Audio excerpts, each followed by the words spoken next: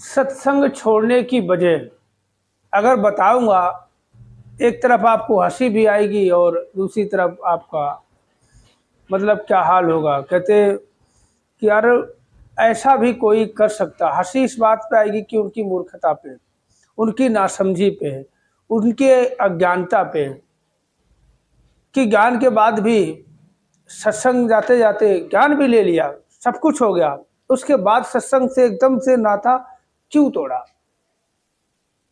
कहते जब तक ज्ञान समझ में नहीं आता, ज्ञान समझ में बाद में आएगा। कहते हमें सत्संग करते करते कम से कम साल 6 महीने हो जाए, जब पूरी तरह से हम सत्संग के तलबी हो जाएं कि सत्संग के बिना हम रह नहीं पाएंगे। अगर हमें सत्संग महीने में 4 सत्संग मिलती है या 5 मिलती है, जितनी भी है, हम नियम से सत्संग जा रहे हैं, मतलब हमारा एक नियम बन गया, हमारी एक तलबी हो गए सत्संग के, हम सत्संग के बिना नहीं रह सकते।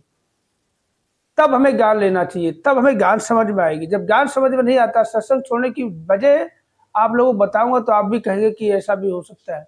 ऐसे भी लोग हैं कि यार क्या समझते हैं, सब कुछ समझ आने के बावजूद भी नासमझी कर गए इंसान। बताओ, एक संत महात्मा, एक कहते एक निरंकारी होके भी, ज्ञानवान होके भी, और सत्संग से मुंह मोड़ लिया, कहीं और चले गए। तो क्यों चले गए? ज़्यादा समय ना खर्च करते हुए मैं आपको बताता हूँ।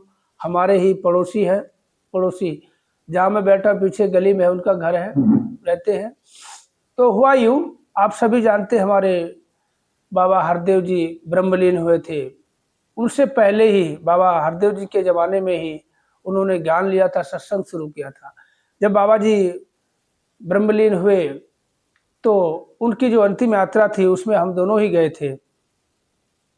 और जैसे हमारा जो सरोवर है, ग्राउंड नंबर 8 है, वहीं जो पुल है, पुल के नीचे हम खड़े थे, बाबा जी के दर्शन, अंतिम दर्शन किए।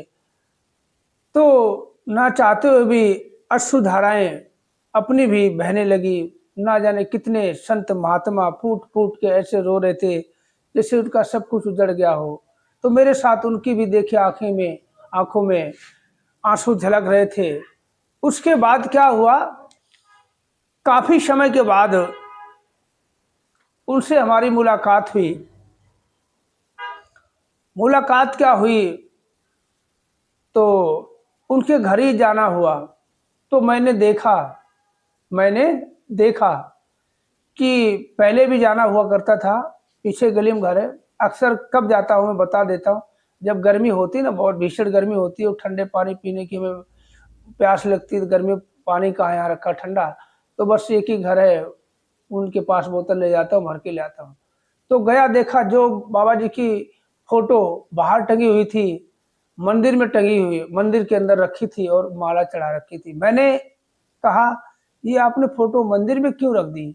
तो जवाब में पता क्या बोला कि बाबा जी तो मर गए, अब मैं ऐसे नहीं, सदगुरु कभी मरता नहीं। बोला नहीं मर गया यार, हम तो गए थे, तुम्हारे साथी तो गए थे, वो तो चले गए।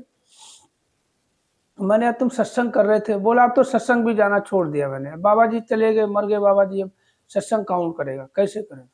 मैंने यार ये तो बहुत अच्छी बात कह रहे हो, कितने दिनों से आप सत्संग कर रहे हो, साल 1.5 साल से सत्संग करते आ रहे हो, आपने ज्ञान भी लिया, समझ में नहीं आई कि सतगुरु देह का नाम नहीं, सतगुरु होता ज्ञान है। बोला वो ठीक है, अब बाबा जी के नाम पे हम सत्संग करते थे कि नहीं, अब बाबा जी चले गए तो सत्संग हम कहाँ करें?